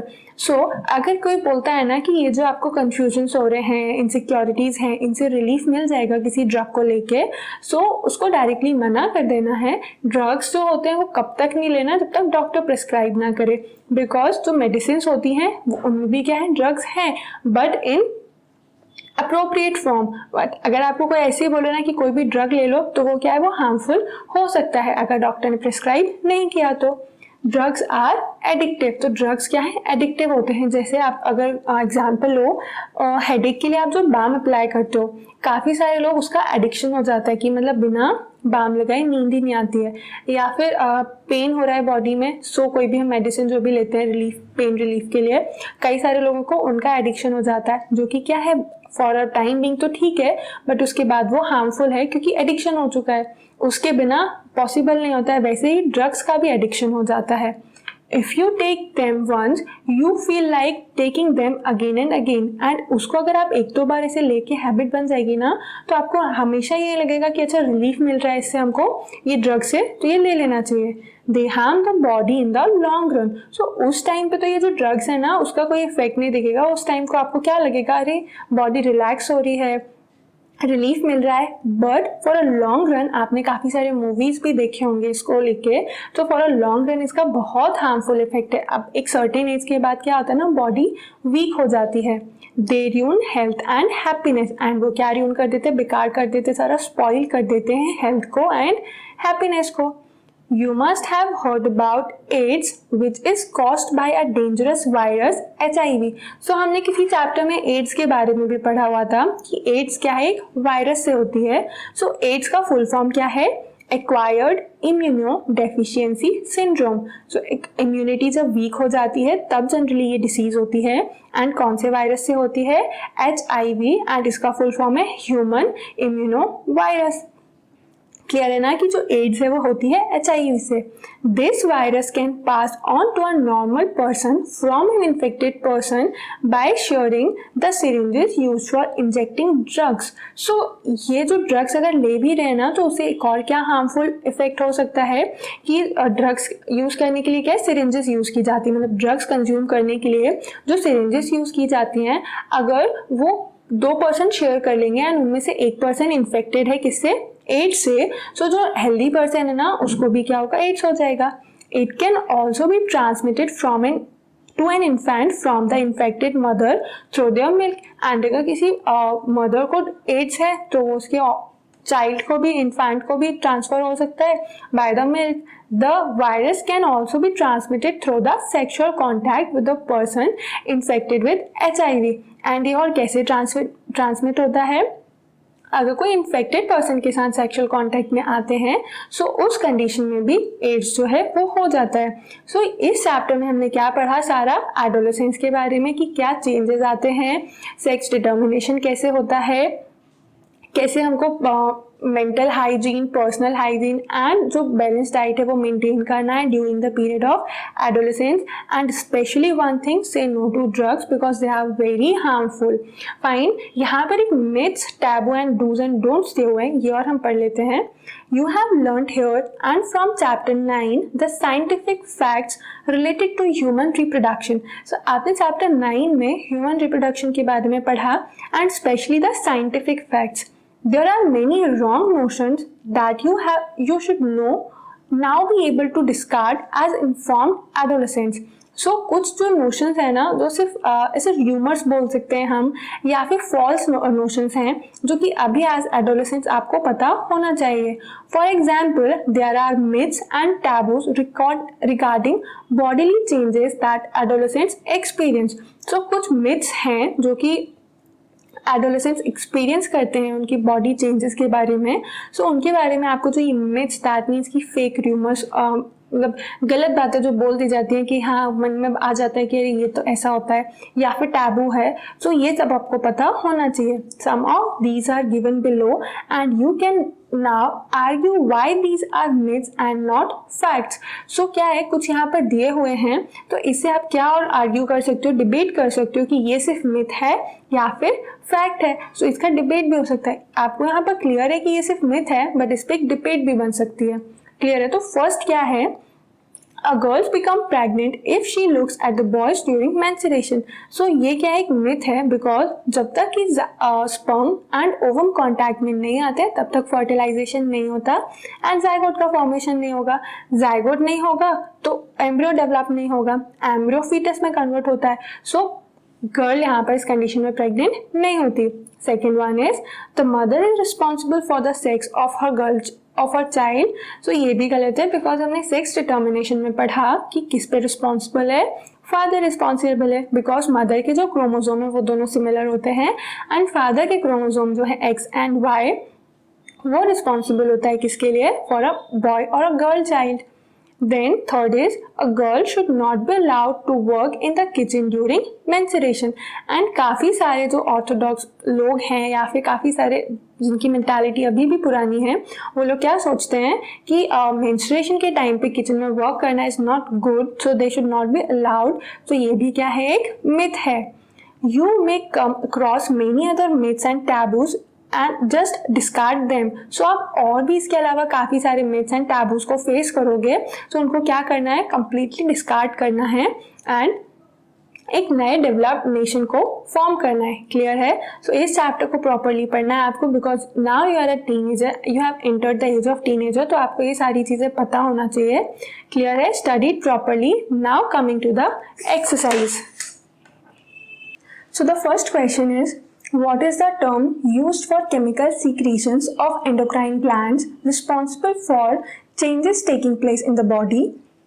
So body में हमारे क्या है, वो जो केमिकल सिक्रीशंस जो एंडोक्राइन ग्लैंड सीक्रेट करती है उसे हम क्या बोलते हैं, एंड यही जो केमिकल सिक्रीशंस है वो बॉडी में चेंजेस भी लाते हैं. तो क्या है ये जो बॉडी में चेंजेस लाते हैं, हार्मोन्स. तो यहाँ पर हमें हार्मोन्स की डेफिनेशन पता चल जाती है कि these are the chemical substances that are secreted by endocrine glands. Answer क्या रहेगा, hormones are the chemical secretions of endocrine glands and they are responsible for the changes taking in the body. Clear है? Answer बहुत simple सा है. Then second one is define adolescence. Adolescence क्या होता है? So it is a time period which is at the beginning of the adulthood. और आप clear इसको एक और चीज़ बोल सकते हो कि ट्रांजिशनल फेज है ये कब से कब का, चाइल्डहुड एंड अडल्टहुड के बीच में जो टाइम पीरियड है, ट्रांजिशनल फेज है, वो क्या है, एडोलेसेंस है. एंड इस टाइम पीरियड में क्या होता है, बॉडी में बहुत सारे चेंजेस आते हैं. फॉर एग्जांपल रिप्रोडक्टिव मैच्योरिटी आती है. कब स्टार्ट होता है ये, generally at the age of 10 और 11 and it ends generally at 19 और 18 ईयर्स ऑफ एज. अब ये जो एज है ना, ये पर्सन टू पर्सन वेरी करती है. किसी लोगों में और अर्लियर आ जाता है, कई बार और लेट आता है. सो ये जो एडोलेसेंस का टाइम पीरियड है ये पर्सन टू पर्सन वेरी करता है.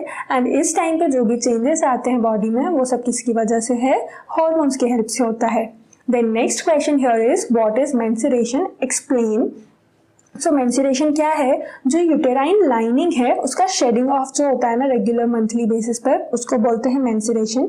ये स्टार्ट कब होता है, प्यूबर्टी पे एंड द रिप्रोडक्टिव साइकिल जब फीमेल बॉडी में स्टार्ट होती है उस टाइम पे.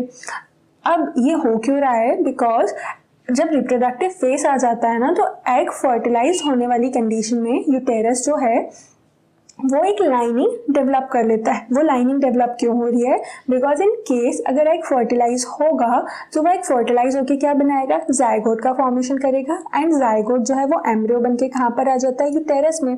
एंड यूटेरस का जो ब्लड लाइनिंग है वो क्या प्रॉपर जो न्यूट्रिशन होता है वो सप्लाई करती है एम्ब्रियो को, जिससे एम्ब्रियो फीटस में ग्रो करता है. बट इन केस अगर एग फर्टिलाइज नहीं हुआ बट यूटेरस तो पहले से प्रिपेयर थी, सो इन दैट केस जब एग फर्टिलाइज नहीं हो रहा है तो वो जो लाइनिंग होती है यूटेरस की वो ब्रेक डाउन हो जाती है, शेड ऑफ होती है and through the vagina blood के फॉर्म में आउट होती है. ये जो टाइम पीरियड होता है इस मेंस्ट्रुएशन का वो जनरली होता है 2 to 8 days every month. And every month in the sense 28 to 29 days की साइकिल होती है जो रिपीट होती है. क्लियर है?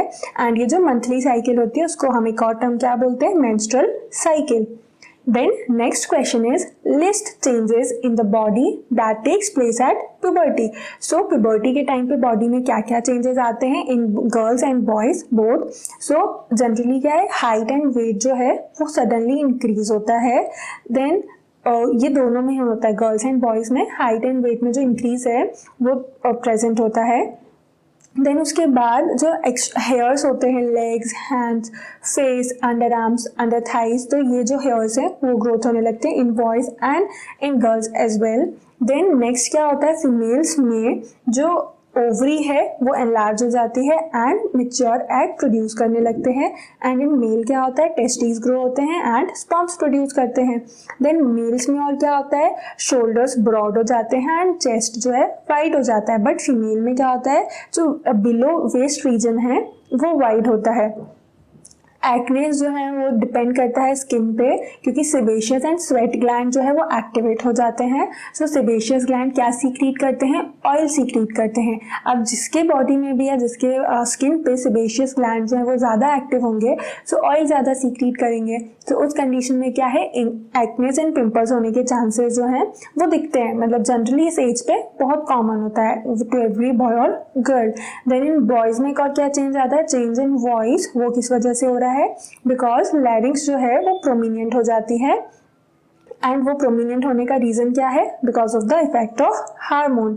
एंड इससे ही जो वोकल कॉर्ड है वो लॉन्गर एंड थिकर होने की वजह से साउंड जो है या वॉइस जो है वो हार्श हो जाती है। तो ये सारे कुछ कॉमन चेंजेस हैं जो जनरली प्यूबर्टी के टाइम पर आते हैं।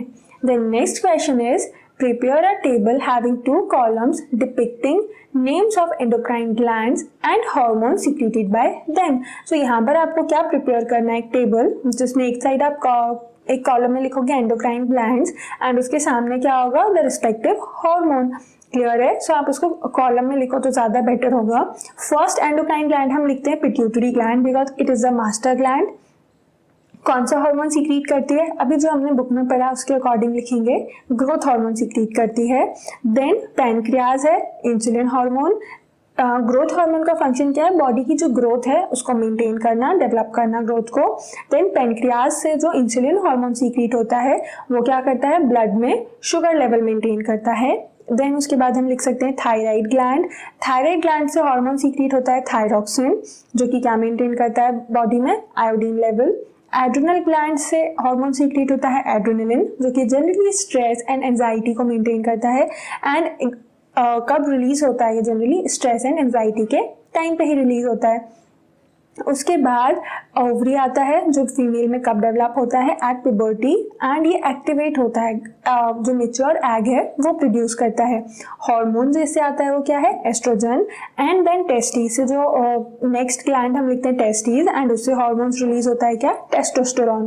क्लियर है? यहाँ पर हमने कुछ एंडोक्राइन ग्लैंड्स और उनके हार्मोन सिक्रीशन लिख लिया। देन क्वेश्चन 6 है, what are sex hormones, why are they named so, state their functions. So यहाँ पे बताना है कि सेक्स हार्मोन्स क्या होते हैं, उनका नेम क्यों ये रखा हुआ है एंड क्या फंक्शंस हैं। सो जो भी हार्मोन्स की डेफिनेशन तो अब आपको पता है ना, क्लियर है। सो क्या है, ये केमिकल सब्सटेंसेज हैं जो कि सेक्स ऑर्गन से सीक्रीट हो रहे हैं, एंड वो एंडोक्राइन ग्लैंड्स कहाँ पर है, in the sex organ or near by the sex organ present है, that is why they are called so.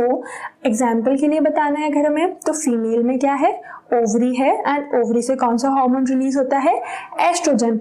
And in males क्या है, टेस्टिस और सेक्स ऑर्गन है, एंड उससे जो हार्मोन रिलीज होता है वो क्या है, टेस्टोस्टेरोन है। Now we have to tell the functions also. So estrogen के फंक्शंस क्या हो जाएंगे, this hormone is responsible for the development of secondary sexual characters in female, like the enlargement of breast and development of the reproductive organs, and development of what, female reproductive organ. Then next क्या है, testosterone. इस hormone का क्या function है, सो ये boys में secondary sexual characters को develop करता है, जैसे कि growth of beard and change in voice, तो voice becomes harsh, and development of the reproductive organs etcetera, ये सारे क्या हो जाएंगे, टेस्टोस्टेरोन के functions. Now the next question is, choose the correct option. First one is, adolescents should be careful about what they eat because so adolescence age में क्या है, हम अपनी डाइट का बहुत ज़्यादा डाइट को बहुत ज़्यादा केयरफुल रखना पड़ता है। तो ऐसा क्यों होता है, फर्स्ट हम देखते हैं कि proper diet develops your brain. So proper diet से ब्रेन डेवलप होते हैं, so it is so but not this is not the reason here।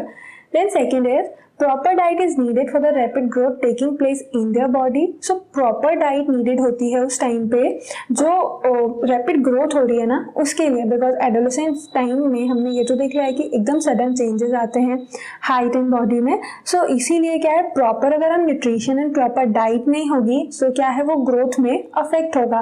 That is why it is needed for the proper growth. Then third point is adolescents feel hungry all the time. So ये reason नहीं है, मतलब ये fact है, ऐसा हो सकता है, but this is not the reason कि हमें अपने खाने का ध्यान रखना है. And then fourth one is taste buds are well developed in teenagers. So this is also not the reason. Then B is reproductive age in women starts when their so reproductive stage कब start होती है. अभी body weight increase होता है तो adolescence होते हैं, उस टाइम पे हाइट भी इंक्रीज होती है, ब्रेस्ट भी डेवलप होते हैं. बट रिप्रोडक्टिव एज जो जनरली है वो कब स्टार्ट होती है, जब मेंस्ट्रुएशन स्टार्ट होते हैं, बिकॉज उस टाइम पे ही क्या है, एग जो ओवरी से है वो रिलीज होता है इन केस अगर फर्टिलाइज हुआ होता है. देन द गर्ल और female become pregnant, and if अगर एग फर्टिलाइज नहीं होता है सो वो क्या कन्वर्ट हो जाती है मेंस्ट्रुअल साइकिल में.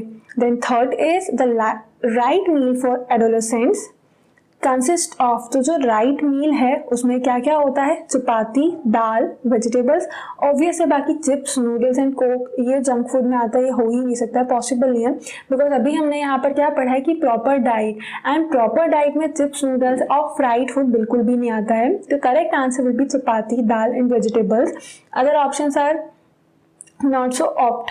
Then question 8 is write notes on. अभी यहाँ आपको क्या बताना है, शॉर्ट नोट्स बताना है.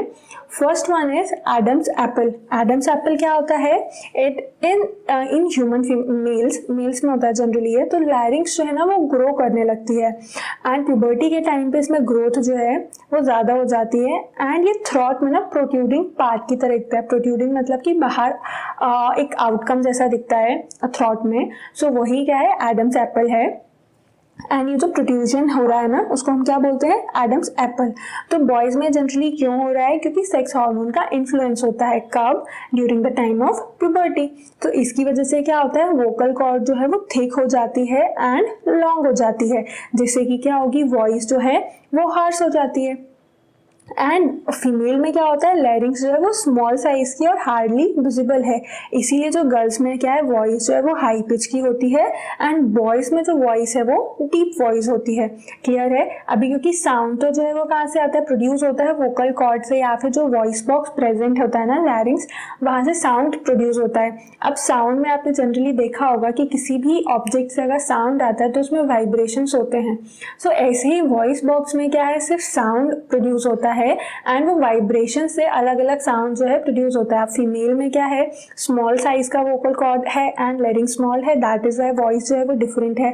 मेल्स में वो थिक और लॉन्ग है, that is why voice different है. आप अलग अलग टाइप के स्पीकर्स देखोगे तो उसमें सब में साउंड अलग होता है ना.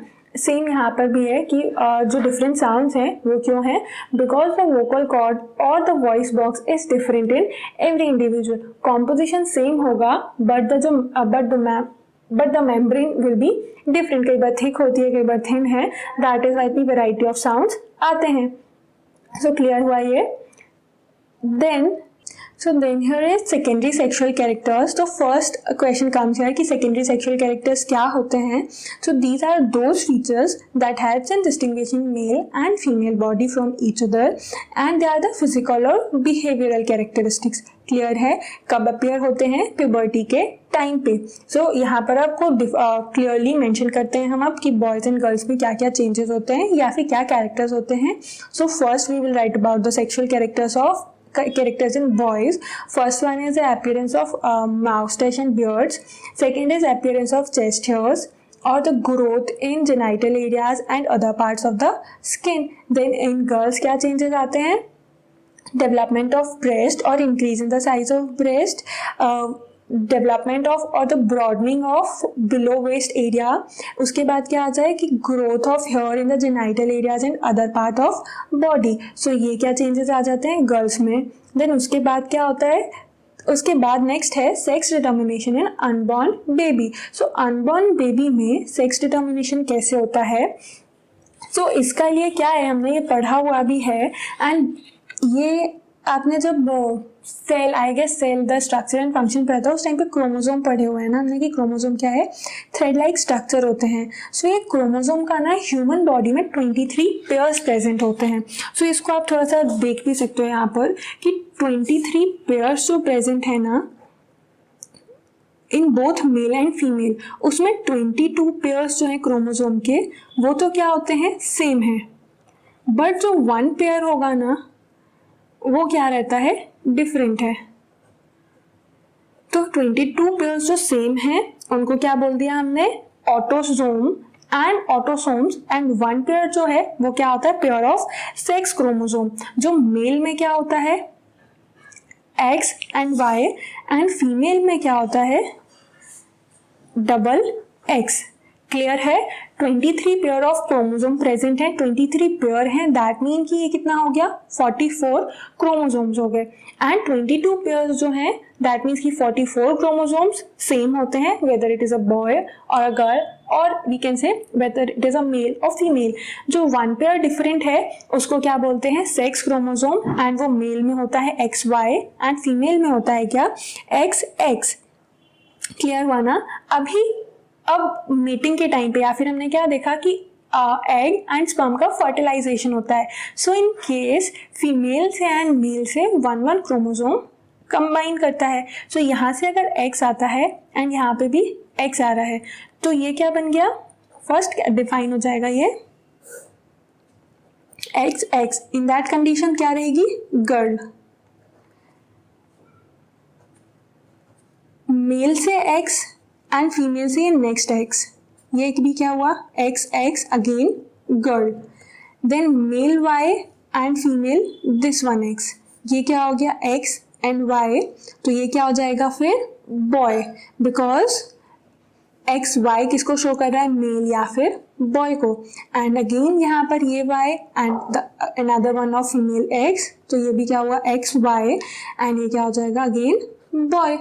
सो बेबी गर्ल होगा या बॉय होगा ये किस पे डिपेंड करता है, मेल क्रोमोसोम पे, ना कि फीमेल क्रोमोसोम पे.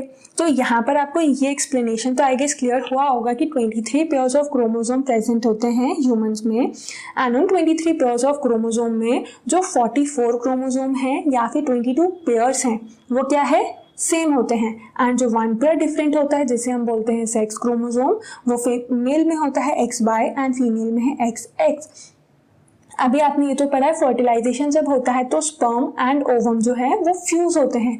सो स्पर्म एंड ओवम का जब फ्यूज हो रहे हैं तो ये क्रोमोसोम्स भी फ्यूज होते हैं. सो उस कंडीशन में depending upon this pair it is decided that the sex of boy or sex of the child, that means कि अगर बेबी बॉय है या फिर गर्ल है. अभी इसका यूज क्या है, आप लोगों ने अब सुना तो होगा कि ये बैन हो चुका है, क्योंकि बेबी गर्ल अगर है तो काफी सारे लोग क्या करते हैं उसको एक्सेप्ट नहीं करते हैं, दैट इज वाई ये बैन है. बट इसका सिग्निफिकेंस और कहाँ पर है, to find out any disease condition, कि अगर न्यूबॉर्न बेबी में या फिर जब वो मदर की यूटेरस में है उस टाइम पे अगर कोई डिसीज है, सो उस कंडीशन में भी क्या कर सकते हैं, उसको एक्सेप्ट नहीं करना चाहिए बिकॉज वो हार्मफुल हो सकता है. क्लियर है. इसको आप प्रॉपर फॉर्म में लिखोगे, क्योंकि ये क्रोमोसोम्स कहाँ प्रेजेंट हैं, न्यूक्लियस में प्रेजेंट हैं. न्यूक्लियाई ही फ्यूज होती हैं जाइगोट बनाने के लिए. सो ये सारा कुछ डिटेल आपने ऑलरेडी पढ़ा हुआ है. Now you have to write it in words, and ये एग्जाम्पल आप और प्रॉपरली लिख सकते हो. बहुत सिंपल है. क्लियर हुआ. देन नेक्स्ट क्वेश्चन यहाँ पर क्या है, word game. So word game अब आपके लिए बहुत कॉमन हो गया. आई होप कि आप अपने आप से सॉल्व करो, and it is so easy, क्योंकि protruding voice box in boys, यहाँ पर 3rd नंबर पे आपको बताना है अक्रॉस में. सो प्रोट्रूडिंग वॉइस बॉक्स क्या है, Adam's apple. Glands without duct क्या आ जाएगा. Then 4th is endocrine gland. So बहुत सिंपल से है ना, pancreatic hormones, female hormone, secretions of endocrine gland attach to brain. All are very simple, you have to solve it. Then next here is question 10th. The table below shows the data on likely heights of boys and girls as shown in as they grow in age Draw graphs showing height and age of both boys and girls on the same graph paper. What conclusion can be drawn from these graph? तो यहाँ पर आपको क्या करना है ना, ये जो हाइट दी हुई है इसके बेसिस पर ग्राफ ड्रॉ करना था. सो ये तो ऑलरेडी ड्रॉ है. अब इसमें हमें एक्सप्लेन करना है कि इससे हमें क्या कंक्लूजन मिल रहा है. सो ये जो ग्राफ है ना वो फर्स्टली क्या एक्सप्लेन कर रहा है, between the it shows the relation between the age and the height of boys and girls, कि किस एज में क्या हाइट है बॉयज एंड गर्ल्स में, वो रिलेशन शो कर रहा है. अब एक और चीज़ क्या है कि प्यूबर्टी के टाइम पे जो है वो ड्रास्टिक इंक्रीज होता है, मतलब सडनली चेंज होता है हाइट में in the boys of girls and boys both. So इस ग्राफ के बेसिस पे हमने क्या कंक्लूड किया, during the age of 4 and 8 girls have less height as compare to boys, क्योंकि जो पिंक लाइन शो हो रहा है वो क्या है, गर्ल्स हाइट है, एंड ब्लू लाइन जो है वो बॉयज की हाइट है. तो 4 to 8 ईयर्स के बीच में बॉयज की हाइट क्या है, ज़्यादा है as compare to girls. But between the 12 और 13 यहाँ पर अगर आप देखोगे तो ये पिंक लाइन जो है slightly above the blue line, that shows कि गर्ल्स की हाइट जो है वो सडनली इंक्रीज होती है एंड बॉयज से ज़्यादा हो जाती है. बट अराउंड 20 ईयर्स अगेन क्या होता है, आफ्टर 16 ईयर्स जो बॉयज़ की हाइट है वो कंपैरेटिवली गर्ल्स से ज़्यादा हो जाएगी. क्लियर है. सो ये हमें कंक्लूजन यहाँ पर बताना था कि हाइट में जो डिफरेंस है एंड गर्ल्स एंड बॉयज़ की हाइट में क्या रिलेशन होता है. क्लियर. देन ये चेंजेस क्यों हो रहे हैं, कब हो रहे हैं, प्यूबर्टी के टाइम पर होते हैं एंड जो हार्मोन्स प्रोड्यूस होते हैं बॉडी में उसकी वजह से हो रहे हैं. सो आई होप कि ये क्लियर हुआ होगा chapter and all the question answers. Properly read it and study it well. In case कोई कंफ्यूजन और डाउट्स होते हैं तो आप कमेंट सेक्शन में पूछ सकते हो रिगार्डिंग द चैप्टर और the question answers. Study it properly. Thank you.